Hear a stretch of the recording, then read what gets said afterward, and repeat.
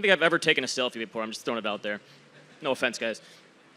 So I started my blog, A Wealth of Common Sense, about a decade ago, and didn't really have any plan behind it. I had no personal branding. I had no thoughts about how to build an audience, how to find my voice. I just kind of figured it out as I went along. Luckily for me, I didn't have an audience for a while, so I could kind of tumble through some of these things and figure it out. But I get questions all the time from advisors about how do I create content that people like? How do I do a podcast or YouTube or start posting on LinkedIn or start my own blog?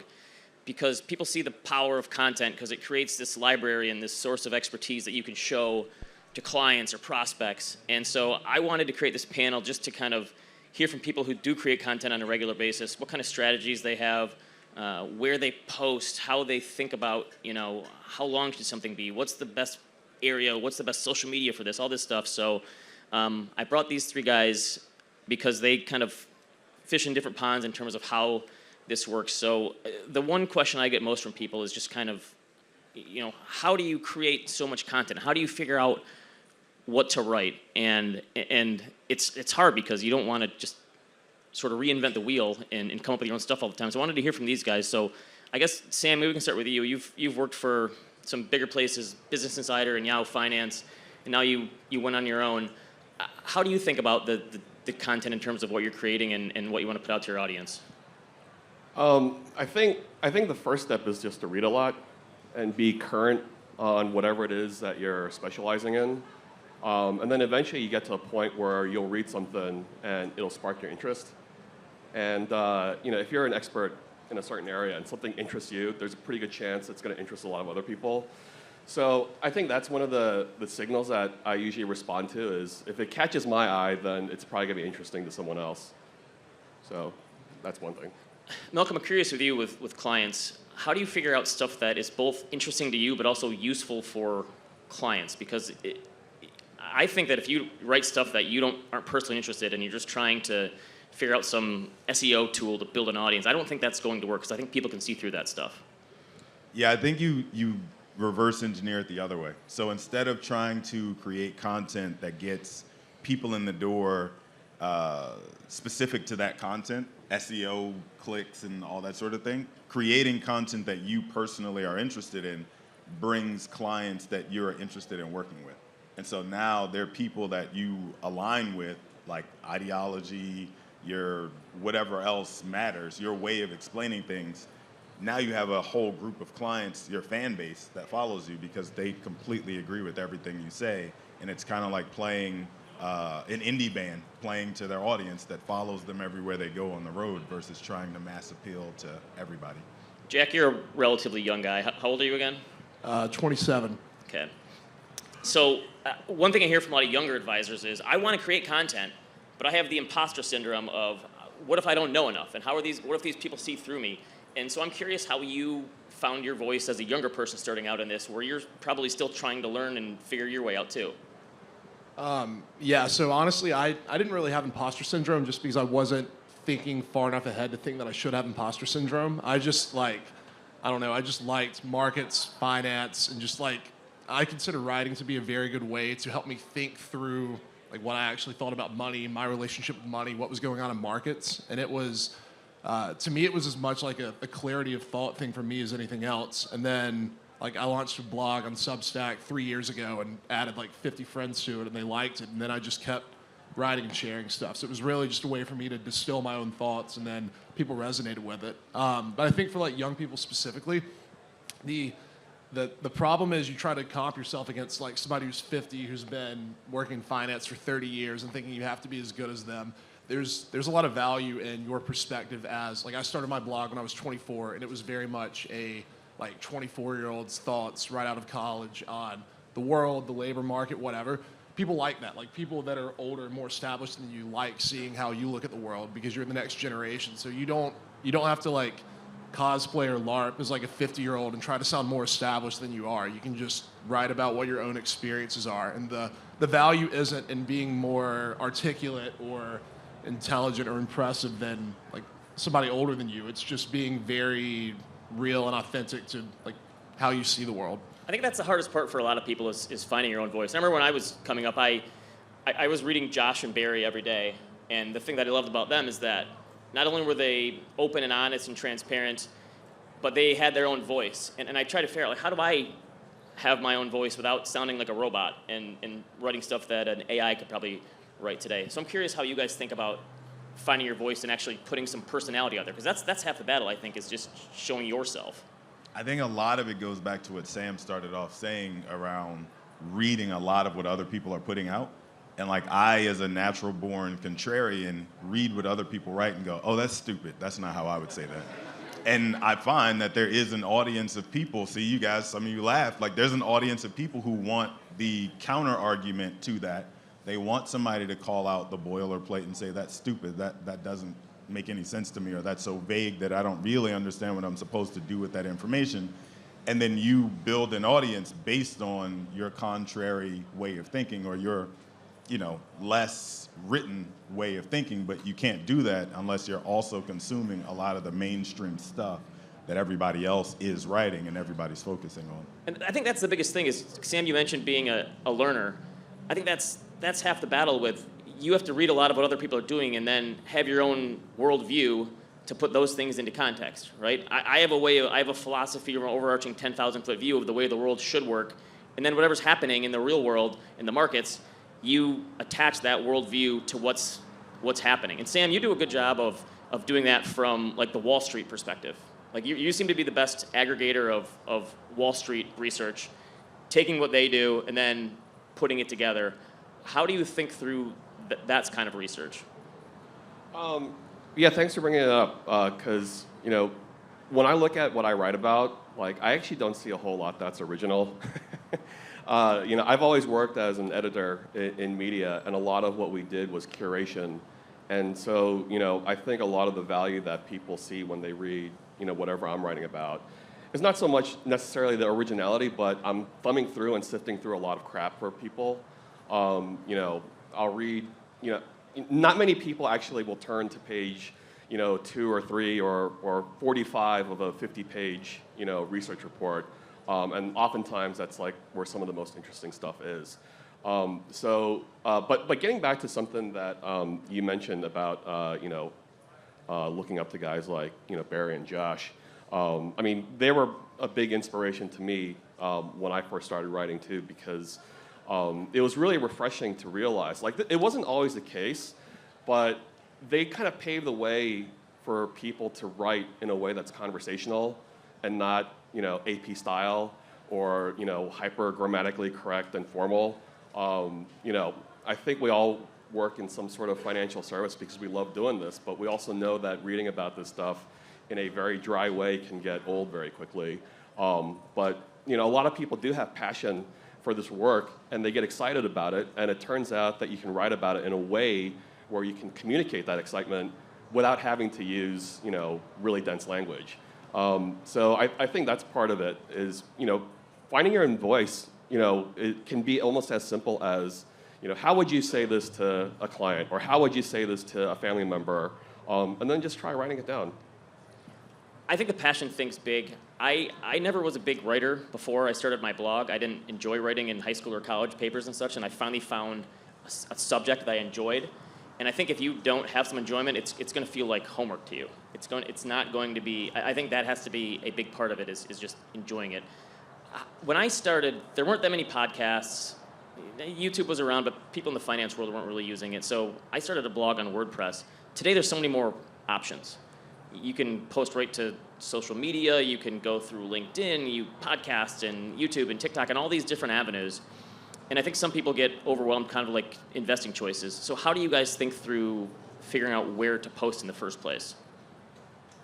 I can take this one. So first of all, I think that we're very lucky now that there's so many different blogging and newsletter platforms. Like to your point, years ago you had to go on WordPress and figure out your own distribution.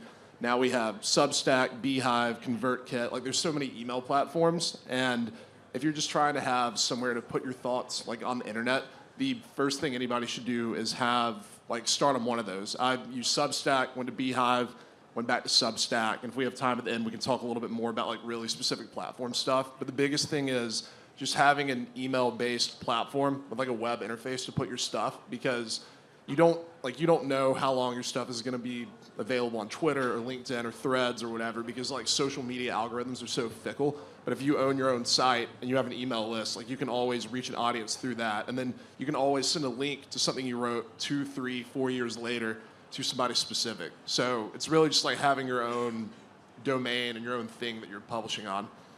And I think if you guys are curious about getting into content creation or writing or whatever, yeah, to Jack's point, it's incredibly cheap. Like, it's free. It's literally free to, set up an account and start writing a newsletter. And then, of course, there's that inevitable question of what am I going to write about? What am I going to do?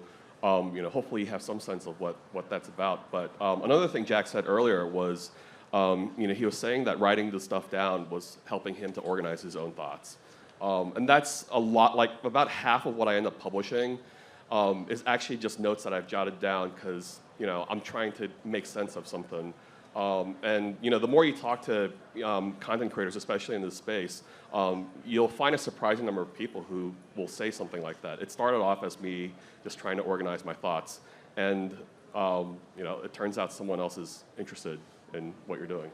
I think Jack's piece about building a library is huge for financial advisors. If I ever talk to younger advisors who ask me about content, I tell them, don't worry about building an audience, worry about answering questions for your clients. And you kind of, if you've worked in the financial services business long enough, you know what questions your clients are going to ask. If rates are up, what does this mean? If rates are down, what does this mean? If inflation is up or down, if the stock market is up or down, you kind of have a general sense of what kind of questions they're going to ask. So if you start a newsletter and once a week you write about it, and then 4 years later someone asks, what do you think about what rates are doing right now? Oh, I actually wrote a piece about this 3 or 4 years ago. Here it is.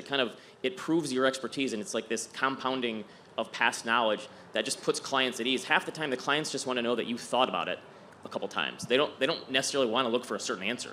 Could I add to that though, Ben? You can't just write rates are up, here's what that means, and expect that your post on Substack or your Squarespace site or wherever you have it is going to rank higher on page 1 or 2 than Bloomberg and the Wall Street Journal and everybody else that's already writing about that thing. So you still have to have some unique perspective that gets written into that article that makes people want to click on it and become fanatics of the way that you think and speak and write about finance. Rates are up. What does that mean for me as a person living in California, ... And the niche thing is big, I agree. Something that makes it personal every single time you write about that broader topic. Otherwise, like, it's just going to get buried. Well, and the competition thing is big. That's why I think it's so important to get into someone's inbox. The one thing people still do all the time, they may come in and out of social media or checking a website. They will look at their email every single day. So I think getting into people's inbox is huge. Malcolm, we talked before about this, and this is maybe jumping forward a little bit, but at a certain point, you may be asked to be a contributor for someone else, right? Business Insider used to do this back in the day. Yahoo Finance had a platform, maybe CNBC or the Wall Street Journal.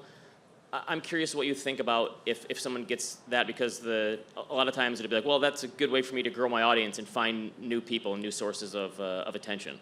It is and it isn't. So it's a great place to show up online as a person who knows something, and it gives you immediate credibility. Hey, so-and-so outlet is constantly quoting this person, or a few different reputable outlets are constantly quoting this person. But the problem with that is you're building your dream house on rented land. You don't actually own any of those sites. And so it's a good idea to expand on the thing that you were quoted on, or expand on the thing that you wrote, or even get permission to repurpose it on your own site, so that when it, again, gets buried on page 50, it shows up on page 2 of your own personal blog. Because otherwise, it disappears in 2 days and nobody sees it. That's actually what I did.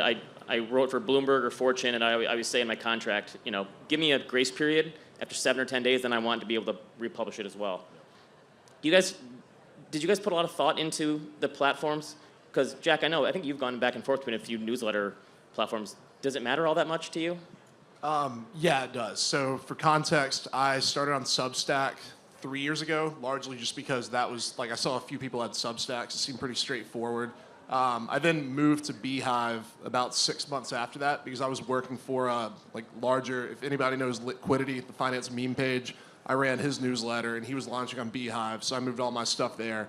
And then I moved back to Substack largely because Substack has they basically have their own audience on platform now. They have an app. They do a very good job of pushing people's recommended newsletters to other newsletters. There's a native audience of millions of readers on there, and it encourages people to read longer form articles. Like everybody on Substack, for the most part, is writing longer form blogs, essay types, and there's a native discoverability.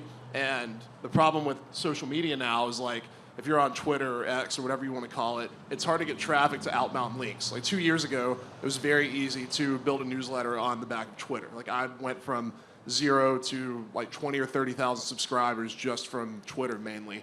And then it doesn't work as well now. So for me, it seemed like Substack I had a lot of friends on Substack that I could like cross recommend newsletters with, but there was just a bigger native audience looking for newsletters there. I think if you're doing like a legitimate like business newsletter, curated news, it's like a product associated with your business, ConvertKit or Beehive or some of the other ones can make sense. If you're just trying to put your thoughts on the internet, long form, Substack seems like it's the easiest place to get readers. Last year at this conference, Bob Pisani was talking about his book, and he was saying how he figured it out on CNBC was figuring out an audience and figure out who he was talking to. And he said he picked like a housewife in Minneapolis or something, and that was the message he was trying to convey. That was the person he was trying to talk to. Do you guys put much thought and effort into defining your audience? Because to be honest, sometimes I like to think that no one else is reading this, and it's just for me. But when I first started, Jack, you said you sent it to a few friends and family. That was the only people reading my blog. So I tried to put it in as plain English as possible because it was just for family and friends at that point. And I think that actually helped me build a bigger audience of financial advisors because they liked that for their clients as well. Do you guys put any thought into your audience when you're hitting send? Well, when I launched, I actually had plans to. Well, I kicked this idea of launching my newsletter around for probably 2 or 3 years before I actually went live. And a lot of the inspiration actually came from readers who were reading what I wrote when I was at Business Insider and when I was at Yahoo Finance. And a lot of the feedback I would receive is, I really like reading what you're writing, but it's a process for me to follow you because I have to go to this site and I have to thumb through all this other stuff and there's all these distractions and whatever and whatnot. And so the way I define my audience is just basically based off the feedback of the audience itself, if that makes sense. I think listening to people, listening to your readers, listening to your fans, and getting feedback from them can certainly help. Refine and define exactly what you're doing. I write specifically for do-it-yourselfers who are starting to realize they have no business doing it for themselves. So whatever that avatar of a person looks like, that's my target audience. So it's a little bit intellectual. I write like a college professor, but it's also not so super technical that they get lost in the weeds or think that when they come to talk to me, we're going to get lost in the weeds together. How much do you guys care about how often you post? Because I think you have to train your audience a little bit. And I think the worst thing you could do is start something and be all gung-ho the first 3 or 6 months and go out strong and post all the time and then just dead air for a month or whatever. So I think whatever the cadence is, once a week, every other day, every other week, I think you have to define that. Do you guys care much about that at all? Yeah, there's like a graveyard of newsletters that people launch and they write like 5 posts over 2 months and they never touch it again. Because it's tough to get in the habit of doing it. Like you'll have stuff come up with your day job, with life, with family stuff, and you just forget to write. I think that the cadence is less important than having clearly communicating to your audience what the cadence is going to be. If it's I'm going to do one detailed piece a month, fine. If it's going to be once a week, fine.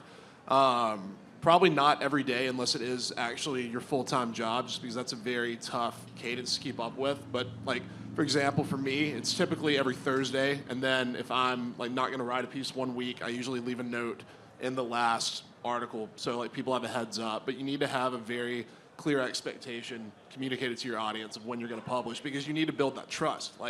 If they don't know when to receive your newsletter, they won't know when it's going to hit their inbox. If sometimes you send on Sunday and sometimes on Thursday, your open rate's going to suffer, and you're just not going to have as many readers because they won't know when to read your stuff. Also, forcing a cadence can also be really bad, especially if you're not able to be consistent with the quality or whatever your readers are expecting. Because the other side of this too is you have to be mindful of the time that your readers are giving to you. And we only have so many hours in the day to spend watching TV, taking care of your kids, going to work, and reading newsletters and blogs, and watching YouTube videos and listening to podcasts. If you have nothing to say, maybe that's a day you take off and not send something to your readers, because sometimes it comes through when someone's phoning it in, and you go through 500 words, and then you're like, I'm not even really sure what this was about, and it didn't actually sound like the writer was enjoying himself either. And that was just a waste of time, and it's a really great way to sort of damage that trust you're building with your audience. So I think that's also part of the expectations, right? Like if you tell people that it's going to happen five days a week, then you should probably deliver on whatever that expectation is. But before you get into that kind of commitment, I think there's some self-reflection that has to happen. Yeah, I think the reps is important too. I looked at my WordPress the other day. I have like 300 unpublished drafts. Like you said, I started writing, and then, you know what, no one's going to like this, or it's not going to go anywhere. The hard part about that is, it's like the William Goldman, no one knows anything. How often do you guys hit publish and go, you look at yourself in the mirror and go, oh man, I killed it, and then nothing. And then you put together a thought in 10 minutes and put it out, and then it goes crazy. I think that's the hard part, is that you don't know what your best stuff is going to be or what the stuff is going to resonate all the time. I think it's hard to predict. Yeah, almost every single time, the stuff that you work hardest on, the stuff that you spend the most time on, never gets shared, never gets clicked. Like a handful of people will tell you that like this was really thoughtful. But yeah, like the post that has 200 words with a really interesting stat in it, will get shared 10,000 times and get aggregated by 50 different people. But that's sort of the unpredictability of the audience. So yeah, sometimes it is just a matter of closing your eyes and just hit publish and then move on to the next thing, because you just don't know what's going to get traction and what won't. How about length? Sam, you were an editor too, and I guess now you edit your own thing. Do you guys care at all how long something is? Do you try to police yourself at all? So I actually target 1,000 to 1,200 words, because if anybody's going to invest that kind of time reading something that I wrote, they are somebody that I want to be a part of that tribe, who's bought in and like this is the place they want to be. So all of the links for like schedule a consultation, reach out to Malcolm and his team, all that stuff lives in those last 100 or 200 words broken up somewhere in there. So if they've gotten that far down into one of the blog posts that I've written to click through, they're a little bit more bought in than if it showed up at the very top and they clicked on it and said, yeah, I'll see.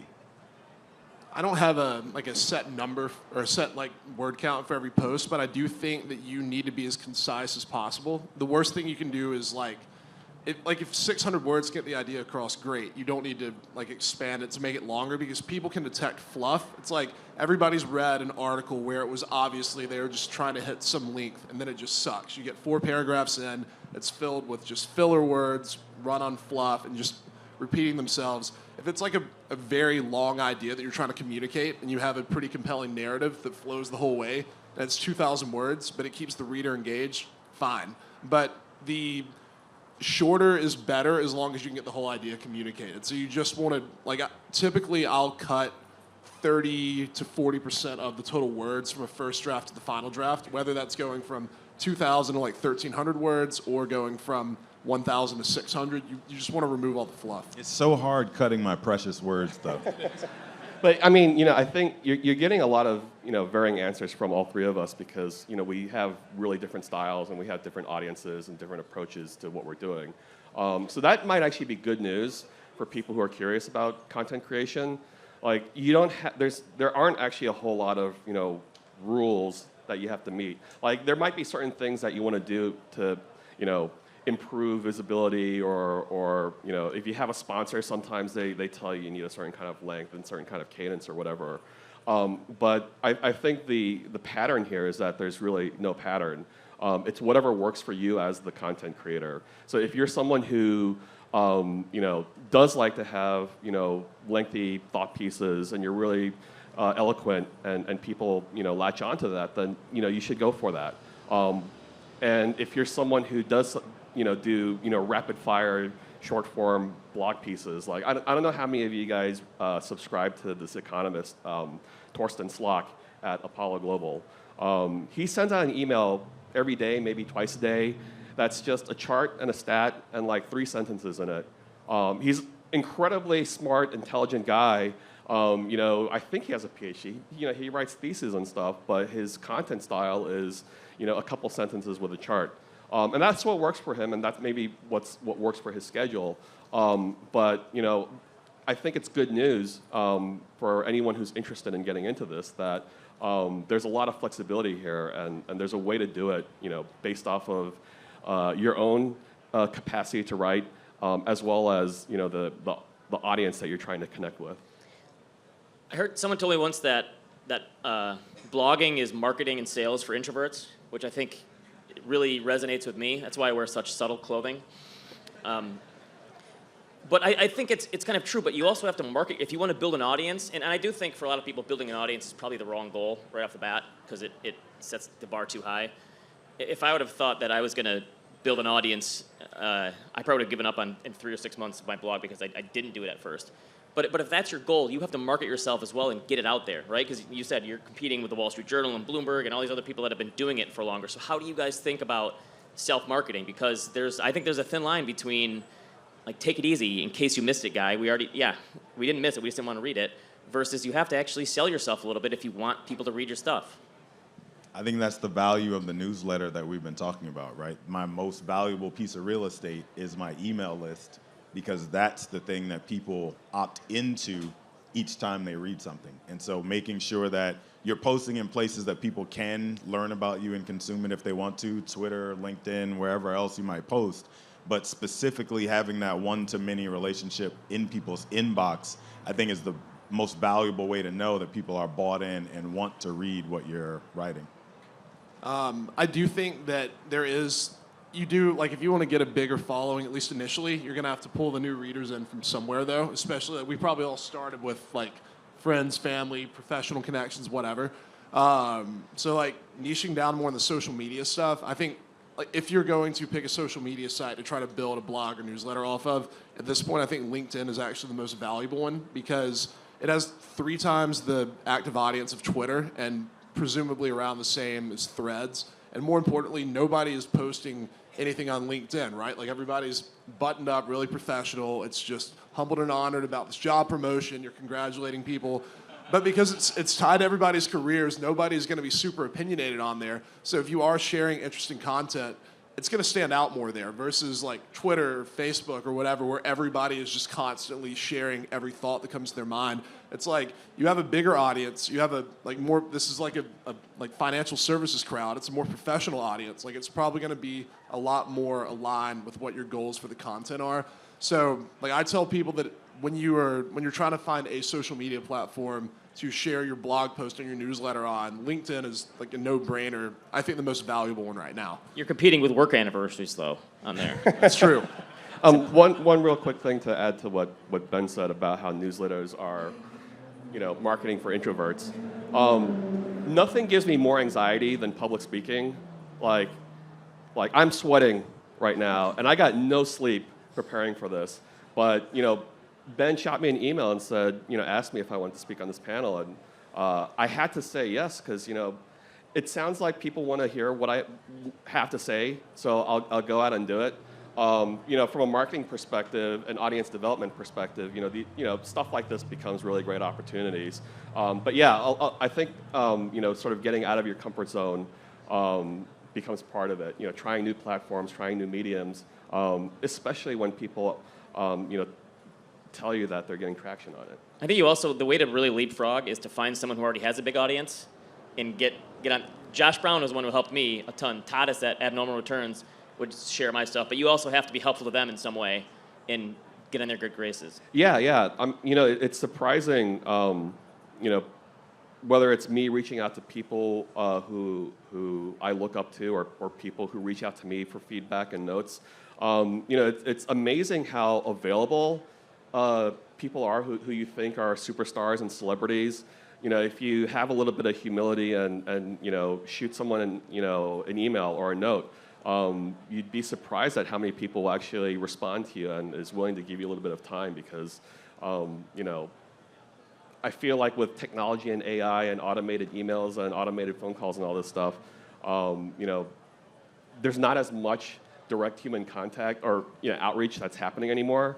So yeah, to your point, it doesn't hurt to try to reach out to people who you think might appreciate what you're doing, who might have a little bit of reach, because it might be the case that you resonate with someone and they share it with their massive audience. I think we got time for like 1 or 2 questions, possibly. If we don't have a mic out there, but if you want to shout it out, feel free. Just go ahead. Hey, Andre, I'm with Fairview Strategic Partners. Thanks for being here. A lot of us who are licensed financial advisors have to get content from the compliance department and post it, which can be a lengthy process. So have any advice on how to do that in your time posts in a timely manner?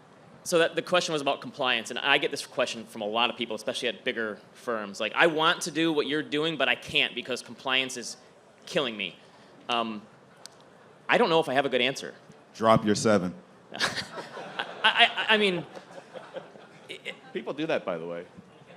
I did. I literally what you just said. I wanted to do the things I saw other people doing and was aligned with a firm that was absolutely not.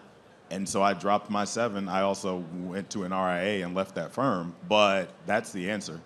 and our sort of common sense approach before we had a really buttoned up compliance department was kind of, we're not putting price targets out. We're not saying you need to invest in this now. We're not making huge predictions and making specific recommendations to people. And that was kind of our work around it. And then when we actually got a good compliance person in and she disclaimered everything, but that's kind of still our at least common sense approach is we're not telling people you have to do this. It's more about context and perspective than telling people exactly what they have to do. One more, go ahead. You're writing something long, like you know it's going to be a long form. Will you start with like your main point and then kind of like get a little more detail or nuance as people drop off as they leave? Like you account for some people will start with the first third, others will actually finish it, but it's like not everyone's going all the way. Okay, so the question was you're writing a long piece. How do you structure this?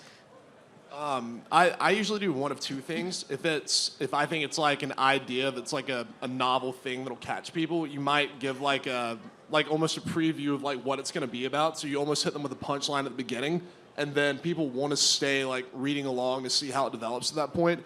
Or having a very good hook, like an anecdote or a story or a stat or something at the beginning that just gets people's interest going. Like if there's any historical anecdote or something in the news or something from your personal life that people just like hearing about, where you can just kind of build up that suspense or interest or intrigue with the audience where they're locked in, that'll usually keep them going. But it really just comes down to having a good hook in the first paragraph. It could literally be, like to your point, giving a hint at what's coming later, like stick around and read to this part, or just something very intriguing at the beginning. But you have to have a good hook or people just get bored. But yeah, it is a challenge because, I know even from my own habits that, most of the stuff that I open, I never make it to the very bottom. And that's kind of a headache for content creators, but it's also an opportunity too. Because, maybe a couple weeks later, something else is happening in the news or you have another idea where you can actually pull something from the bottom of that long form piece and lead with it in your next piece. And I think that also speaks to this whole challenge of, well, how do you come up with ideas? How do you come up with things to write? When I was an editor, one of my most frustrating interactions I would have with reporters is, when you'd assign a story, sometimes they'd come back and say, hey, I just wrote about that 2 months ago. But like, it's in the news now. And there's potentially a new audience interested in this, and there's probably people who forgot about what you wrote last time.